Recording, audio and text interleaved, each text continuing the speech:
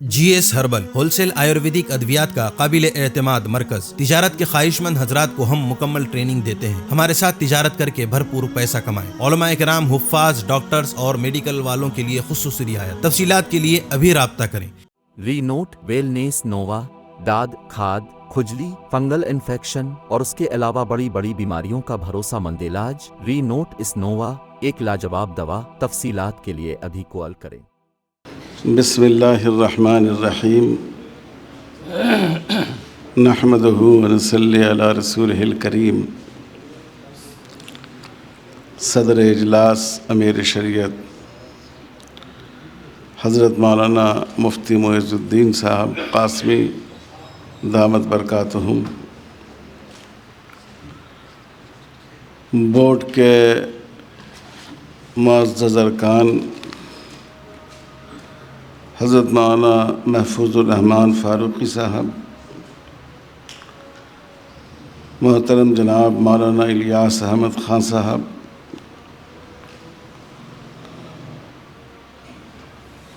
اس اجلاس کے منتظمین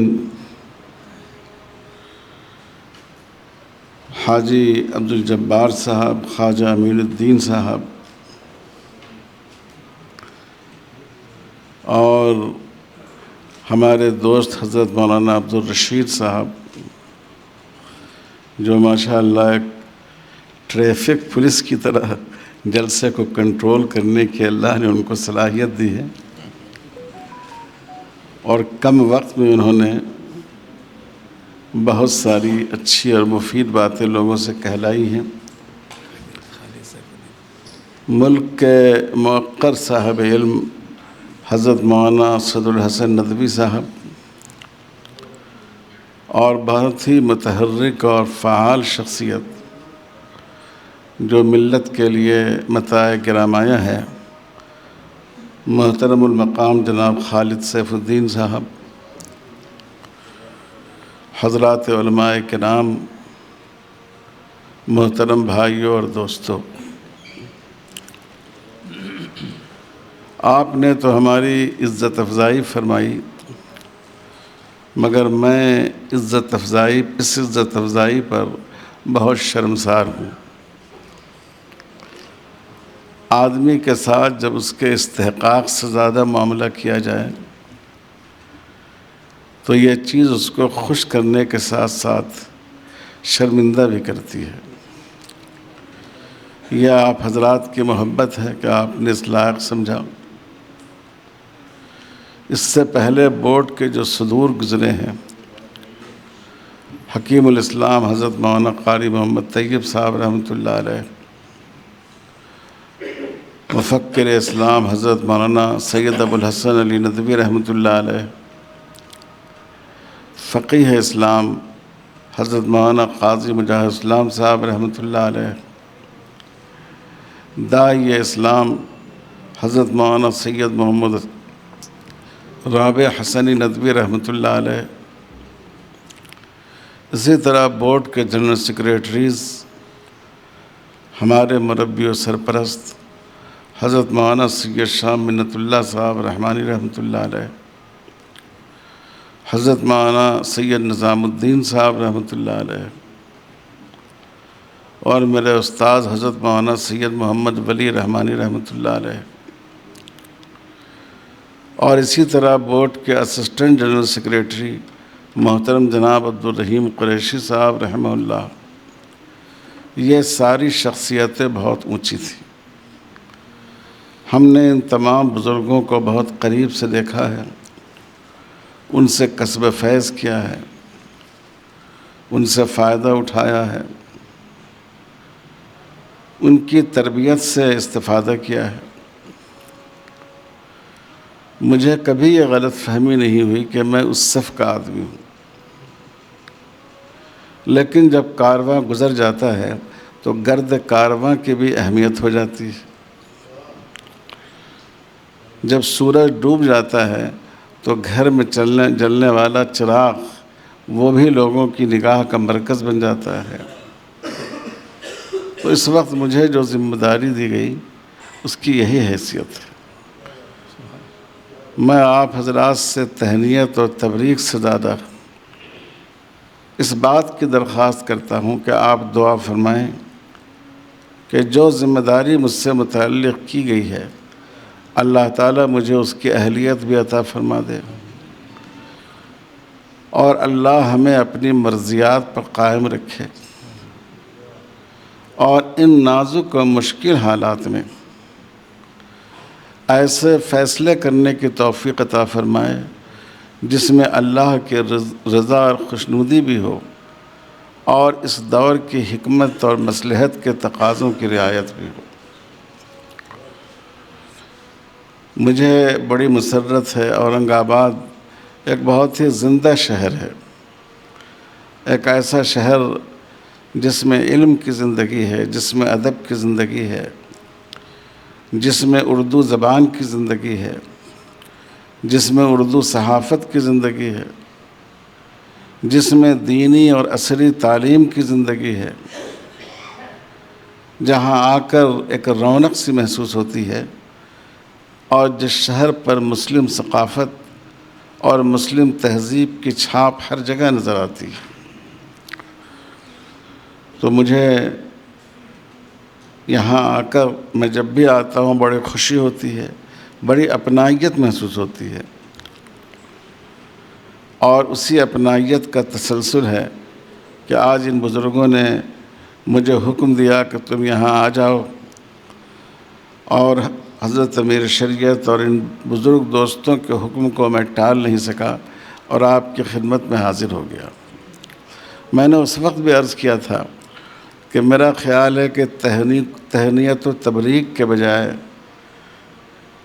مسلم پرسنل لاء سے متعلق کوئی عنوان مقرر کر دیجئے، اس پر میں اپنی گزارشات پیش کر دوں، لیکن بہرحال جو پھول ہمیں پیش کیے گئے ہیں میں سمجھتا ہوں کہ یہ محبت ایمانی کے پھول ہیں، اور جو چادر آپ نے ہمیں دی ہے، جو شال آپ نے ہمیں دی ہے،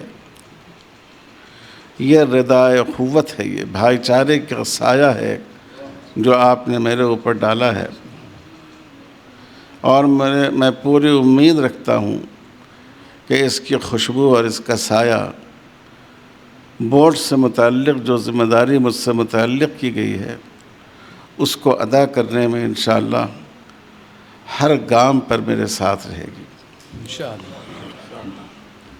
اورنگ آباد یہ وہ شہر ہے کہ سب سے پہلے مجھے بورڈ کا ایک عہدہ سیکریٹری کا یہی حضرت مولانا رابع صاحب نے مجھے سیکریٹری نامزد کیا تھا، اور رکن تو میں بہت پہلے سے تھا، لیکن بورڈ کا عہدیدار میں سب سے پہلے اورنگ آباد ہی بنایا گیا۔ تو اس لحاظ سے بورڈ سے جو ہمارا تعلق ہے اس کی ایک تاریخ بھی اس شہر سے وابستہ ہے۔ اللہ تعالیٰ اس شہر کو اور اس کے رہنے والوں کو اور یہاں کے علماء اور ادباء کو اور یہاں کے کاروان قلم اور قافلہ جہد و عمل کو ہمیشہ تازہ دم اور تیز گام اور ہر طرح کے شرور آفات سے اپنی حفاظت میں رکھے۔ جہاں تک بورڈ کی بات ہے، ابھی آپ نے مولانا عمر عابدین صاحب کی بات سنی، یہ ایک حقیقت ہے۔ مجھ کو بھی دنیا کے کچھ ملکوں میں جانے کا موقع ملا ہے، ایشیا میں بھی، یورپ میں بھی، افریقہ میں بھی، اور دوسرے ملکوں میں بھی، کینیڈا میں بھی، مشرقی علاقوں میں بھی۔ یہ ایک بالکل سچائی ہے کہ لوگ All India Muslim Personal Law Board کو رشک کی نظر سے دیکھتے ہیں۔ جب میں پڑوسی ملک میں گیا، وہاں کے بعض بڑے اہل علم نے کہا کہ آخر ہندوستان میں یہ معجزہ کیسے ظاہر ہو گیا؟ ایسے لوگ کہ جن کے درمیان اونچی اونچی دیواریں کھڑی تھیں، جن کو ایک اسٹیج پر بیٹھانا ممکن نہیں تھا، کیسے وہ سب ایک جگہ جمع ہو گئے؟ اور ہمیشہ میں ایسے موقع پر کہتا ہوں کہ کہ یہ ہندوستان کے مسلمانوں کی طاقت نہیں ہے، یہ شریعت کی طاقت ہے، شریعت کی طاقت نے ان کو جمع کر دیا ہے۔ یہ ہمارے بزرگوں کا ایثار ہے کہ انہوں نے بورڈ کی وحدت کو قائم کرنے کے لیے اپنی انا کو فنا کر دیا، اپنے مقام سے گر کر انہوں نے دوسروں کو اونچا اٹھانے کی کوشش کی، اور اس وجہ سے آج ہمیں یہ گلشن اتحاد ہمارے سامنے ہے۔ تو بورڈ کا موجودہ حالات میں جو پیغام ہے، اگر میں اس کو 2-3 الفاظ میں بیان کروں تو اس میں سب سے پہلی چیز تو امت کا اتحاد ہے۔ اس میں کوئی شبہ نہیں کہ بورڈ کے قیام کے بعد سے مسلکی شدت ہمارے ملک میں کم ہوئی ہے۔ ہم نے ایک دوسرے کے ساتھ بیٹھنا، ایک دوسرے کے ساتھ جینا، ایک دوسرے کے ساتھ گفتگو کرنے کا سلیقہ سیکھا ہے، اور اس کو ہمیں صرف بورڈ کے اجلاسی میں نہیں بلکہ ہر جگہ برتنا چاہیے۔ ہماری مسجدیں بھی اس کا مظہر ہوں، ہمارے تعلیمی ادارے بھی اس کا مظہر ہوں، ہمارے مدارس بھی اس کا مظہر ہوں۔ ہماری مسجدوں میں بھی تقسیم نہ ہو کہ یہ فلاں مسلک کی مسجد ہے، ہمارے مسلک کی مسجد فلاں جگہ ہے، ہم فلاں جگہ جا کر نماز پڑھیں گے۔ مسجد کسی مسلک کی نہیں ہوتی ہے، مسجد اللہ کی ہوتی ہے۔ ہر مسلمان اور اللہ پر ایمان رکھنے والے کے لیے پوری دنیا کی مسجدیں اس کی مسجد ہیں۔ اگر کسی نے اپنی زمین پر اپنے پیسوں سے مسجد بنا دی تو جس دن مسجد بن گئی اور نماز شروع ہو گئی، اس دن اس کی حیثیت بھی عام مسلمانوں ہی کی طرح ہو گئی۔ اب اس پر کوئی خصوصی اختیار باقی نہیں رہا۔ اسی طرح جو ہمارے جلسے ہوں، ہمارے اداروں کے پروگرام ہوں، ہمیں کوشش کرنی چاہیے کہ ہم مختلف حلقے کے لوگوں کو وہاں مدعو کریں، ایک اسٹیج پر نظر آئیں مختلف مسلک کے علماء، ایک شامیانے میں نظر آئیں مختلف فکر و نظر سے تعلق رکھنے والے عام مسلمان۔ اس سے کچھ آپ کو اتحاد پر کوئی تقریر نہیں کرنی پڑے گی، یہ آپ کا ایک جگہ مل بیٹھنا یہ خود اتحاد کا بہت بڑا پیغام ہوگا۔ ہر مسلمان تک پیغام پہنچے گا کہ ہم جن کے نام پر لڑتے ہیں وہ تو یہاں متحد ہیں، ملے ہوئے ہیں۔ تو بورڈ کا سب سے پہلا پیغام یہی ہے، بورڈ کی اصل طاقت مسلمانوں کا اتحاد ہے۔ بورڈ کے پاس نہ فوج ہے، نہ پولیس ہے، نہ یہ کوئی آتنکوادی تنظیم ہے RSS کی طرح کہ جس نے اپنا کوئی گینگ تیار کر رکھا اور نعرہ لگانے والا اور لوگوں پر حملہ کرنے اور ان کی موب لنچنگ کرنے والا۔ اس کی طاقت ہے مسلمانوں کا اتحاد۔ جب تک آپ کی وحدت ان کے پیچھے رہے گی، بورڈ قائم رہے گا، اس کو کوئی توڑ نہیں سکتا۔ اور دوسری ضرورت یہ ہے کہ ہم بورڈ کی اہمیت کو محسوس کریں۔ کبھی آدمی اپنے آپ سے کسی چیز کو سمجھتا ہے اور کبھی اپنی دشمنوں سے بھی کسی بات کو سمجھنے میں مدد ملتی ہے۔ آپ کو معلوم ہے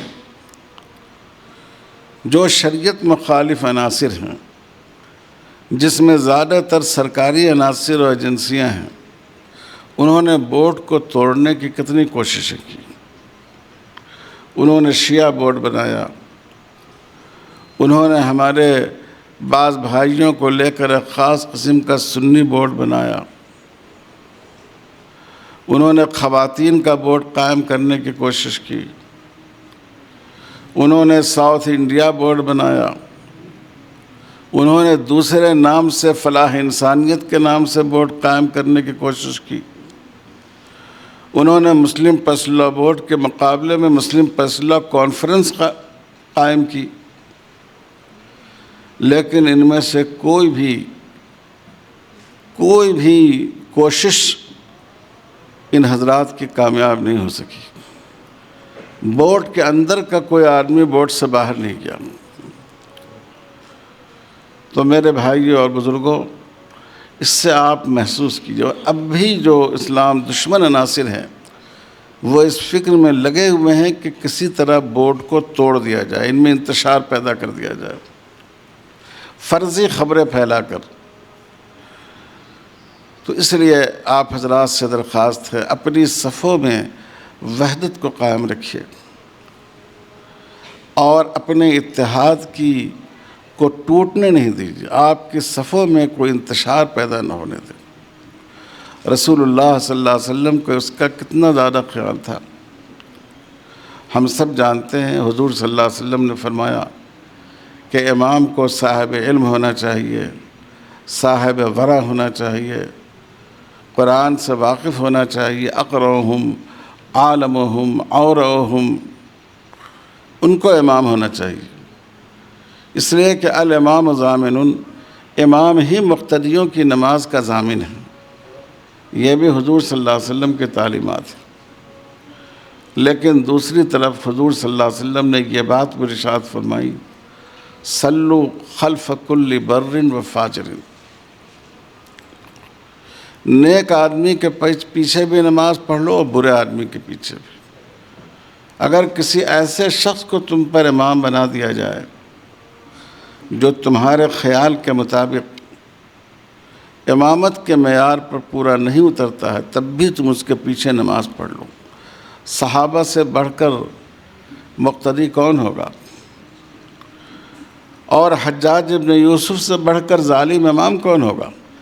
خواجہ حسن بصری رحمۃ اللہ علیہ فرماتے تھے کہ اگر تمام امتوں کے ظلم کو ایک پلڑے میں ڈال دیا جائے اور اس امت میں صرف حجاج ابن یوسف کے ظلم کو ایک پلڑے میں ڈال دیا جائے تو یہ پلڑا جھک جائے گا. لیکن صحابہ نے بھی حجاج ابن یوسف کے پیچھے نماز پڑھی. کیوں پڑھی؟ ایک غیر اہل شخص کا امام بن جانا اتنا نقصان دہ نہیں ہے جتنی نقصان دہ یہ بات ہے کہ امت میں افتراق اور انتشار پیدا ہو. امت کو افتراق و انتشار سے بچانے کے لیے رسول اللہ صلی اللہ علیہ وسلم نے نماز جیسی عبادت میں بھی امامت کے معیار میں آپ نے کمی کو گوارا فرما لیا. آپ جانتے ہیں کہ اسلام میں برائی سے روکنے اور ٹوکنے کی بڑی اہمیت ہے. امت محمدیہ کا مقصد بیان کیا گیا ہے، کنتم خیر امت اخرجت للناس تأمرون بالمعروف وتنہون عن المنکر. آپ نے فرمایا جو شخص کسی برائی کو دیکھے تو طاقت سے روکے، طاقت سے کام نہ چلے تو زبان سے روکے، اور زبان سے بھی کام نہ چلے تو دل سے روکنے کی کوشش کرے. برا سمجھے، ارادہ رکھے کہ جب اللہ قدرت دے گا اس سے روکیں گے. لیکن ایک بار آپ نے حضرت ابو ذر غفاری رضی اللہ تعالیٰ عنہ سے فرمایا کہ ابو ذر ان قریب ایسا وقت آئے گا جب تمہارے عمراء ظلم کو اپنا شعار بنا لیں گے. وہ تم سے اپنا حق وصول کریں گے اور تم کو تمہارا حق نہیں دیں گے. ایسے موقع پر تمہارا کیا ری ایکشن ہوگا، کیا رد عمل ہوگا؟ انہوں نے کہا اللہ کے رسول، ہم ان کو نوک شمشیر سے سیدھا کر دیں گے، ہم ان کو تلوار سے سیدھا کر دیں گے. آپ صلی اللہ علیہ وسلم نے فرمایا کہ ایسا نہیں کرنا، اس سے امت میں فتنہ پیدا ہوگا. صبر سے کام لینا یہاں تک کہ وہ بھی اللہ کے دربار میں آ جائیں اور تم بھی اللہ کے دربار میں آ جاؤ اور اللہ کے دربار میں حساب و کتاب ہو جائے.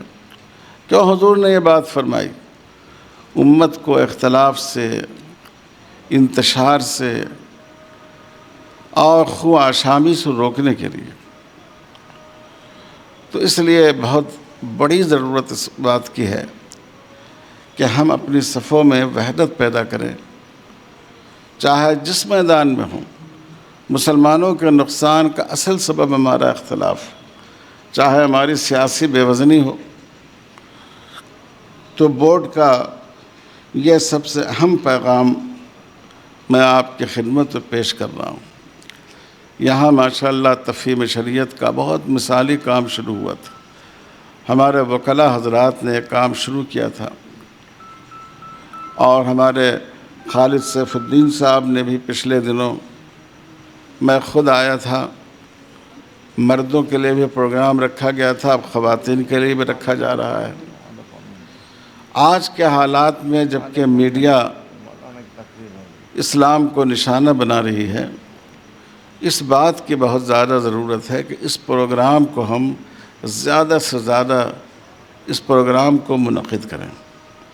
ہمارے طلبہ، ہمارے طالبات، کالجوں اور اسکولوں میں پڑھانے والے اساتذہ اور معلمات، وکلاء، قانون داں، صحافی، ان کو ہم قانون شریعت کی مصلحت سمجھائیں، ان کے دل کو ہم مطمئن کریں.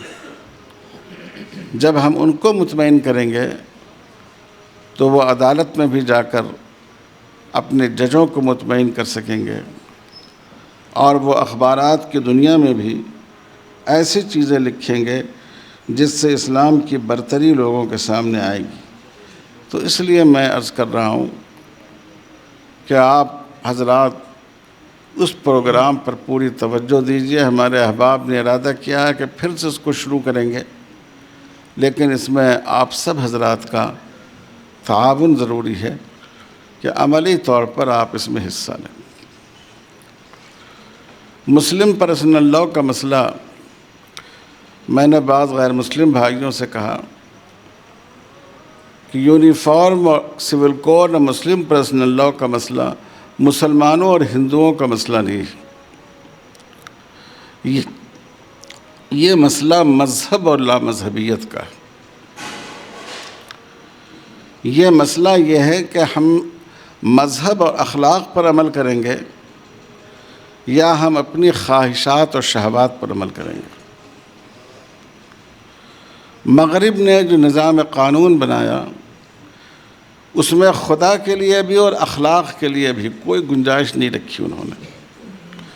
آپ دیکھیے کسی مذہب نے اور کسی با اخلاق سوسائٹی نے کیا زنا کی اجازت دی ہے؟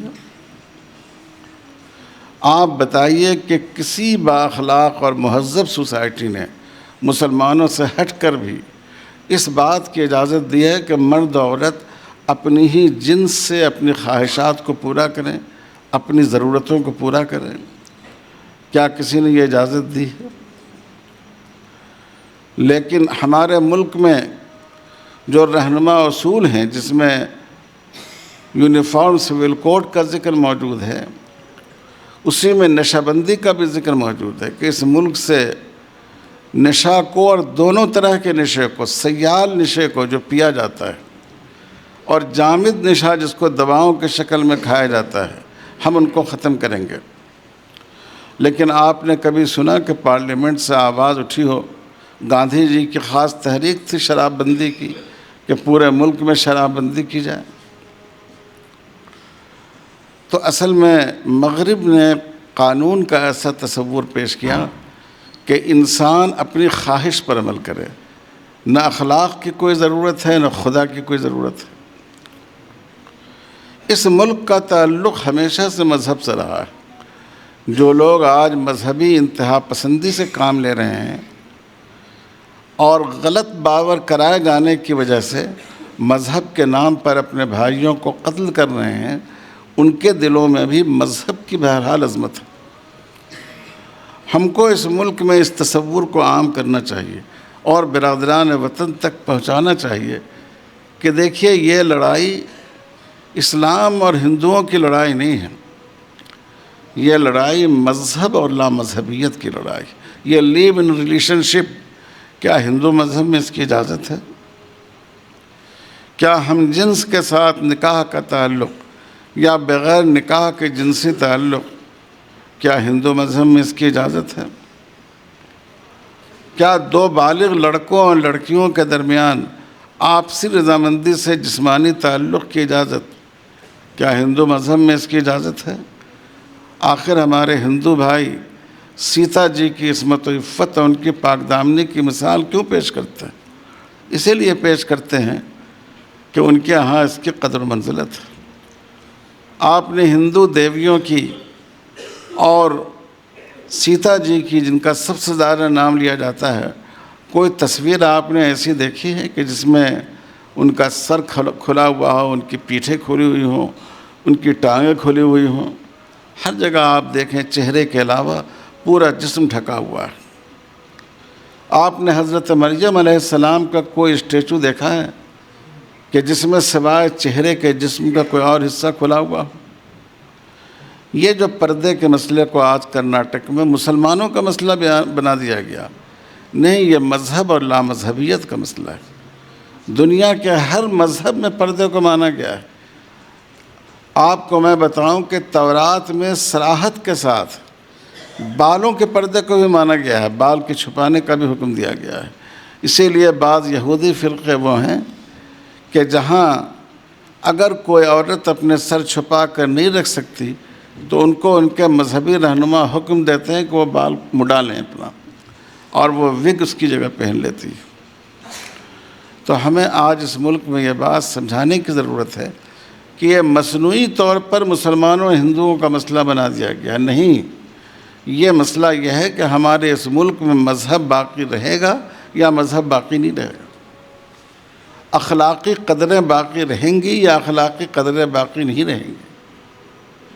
انسان اخلاق کے دائرے میں رہتے ہوئے کام کرے گا یا اپنے خواہشات کے دائرے میں رہتے ہوئے اپنی زندگی گزارے گا۔ اس پہلو کو آج بہت زیادہ لوگوں تک پہنچانے کی اور نمایاں کرنے کی ضرورت ہے۔ میں پھر اخیر میں بہت شکر گزار ہوں ہمارے دوست حضرت مولانا سعد الحسن ندوی صاحب نے یہ بہت قیمتی سپاسنامہ بھی تحریر فرمایا۔ یہ ملک کے چند مشہور قلمکاروں میں سے ایک ہیں، تو ان کا بھی میں بہت شکر گزار ہوں، اور تمام تنظیموں کا جنہوں نے اپنے ایک دینی بھائی کے لیے دعا اور تبریک کے کلمات کہے، اور آپ کی ان تہنیتی اور تبریکی کلمات کو میں دعا کی شکل میں قبول کرتا ہوں۔ اللہ تعالی ہم سب کو اپنی مرضیات پر قائم رکھیں، اور اس ملک میں حالات جیسے کچھ بھی ہوں، پہلے تو دعا کرنی چاہیے کہ اللہ تعالیٰ آزمائش سے ہم سب کی حفاظت فرمائے، اور پھر یہ دعا کرنی چاہیے کہ اگر آزمائش مقدر ہے تو ہمیں اس پر ثابت قدم رکھیں۔ جتنے انبیاء کرام کے حالات قرآن میں بیان کیے گئے ہیں، کیا قرآن کوئی قصے کہانی کی کتاب ہے؟ اللہ تعالیٰ نے اسی لیے واقعات بیان، کوئی ایک پیغمبر آپ کو ایسا نہیں ملے گا، قرآن آپ کا مطالعہ کر جائیے، کہ جب انہوں نے دعوت و توحید پیش کی تو لوگ ان کو استقبال کر کے گھر لائے ہوں، پھول ان پر نچھاور کیا ہو، پھول کے ہار پہنائے ہوں۔ نہیں، ان کے لیے پھولوں کی سیج نہیں بچھائے گی، کانٹوں کا بستر بچھایا گیا، اور ان کو اس پر چلنے پر مجبور کیا گیا۔ تو اس ملک میں ہمیں بھی اس بات کے لیے تیار رہنا ہوگا کہ حالات جیسے کچھ بھی ہوں، انشاءاللہ ثم انشاءاللہ ہم دولت ایمان سے محرومی کو گوارا نہیں کریں گے۔ اللہ تعالی ہم سب سے راضی ہوں اور اپنی مرضیات پر قائم رکھیں۔ والسلام علیکم ورحمۃ اللہ وبرکاتہ۔